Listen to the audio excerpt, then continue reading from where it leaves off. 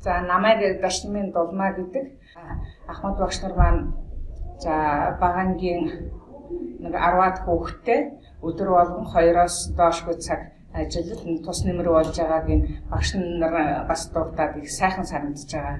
Бидний ерөн зорилго бол залуу багш нартайгаа багш савын холбоотой байх. За мөн өөрсөндөө хуримтлуулсан 20-30 жилийнхээ туршлагыг эднэртээ өвлүүлэн үлдээх зорилго агуулдаг.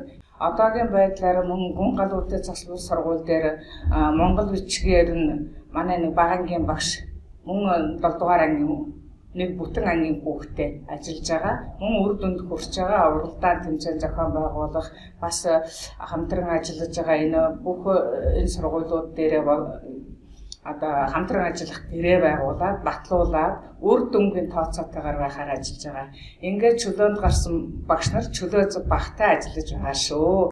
Би миний авсан хүүхдүүд л ихэд ерөөсөө үсгээл мэддэг, үеилж уншиж чаддаггүй, бичгтээ нэг үсгээр харж бичдэг.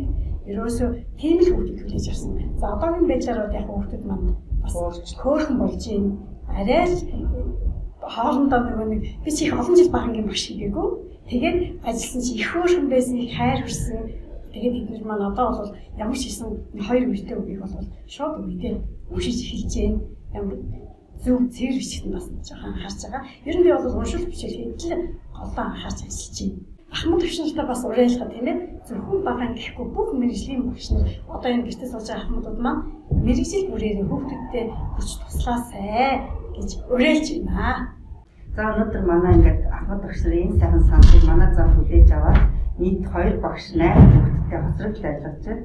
За 4 багшийн хүүхдүүдийн бол хамрагдсан байгаа. Тэгээд өнөөдөр дүүргийн маань бас засаг даргын санаачтай байдаг. Ингээд замаараа хоцрогдолгүй ажилласан замыг бол одоо урамшуулах, чадваржуулах ийм алсан хараны зорилго байгаа. За тэрийг хэрэгжүүлэхийн тулд бид нар Ахмад багш нарын энэ сайхан саналыг авч удаа анхнаасаа хоцрогдолгүй ажиллая гэдэг ийм зорилго тавиад энэ хэдийнхээ саналыг бол хүлээж авсан. Одоо энэ санал үйл ажиллагаа маань сарын дараа үр дүнгээ хэрхэн өгч байгааг одоо бусад багш нартай бол түгээн дэлгэрүүлнэ.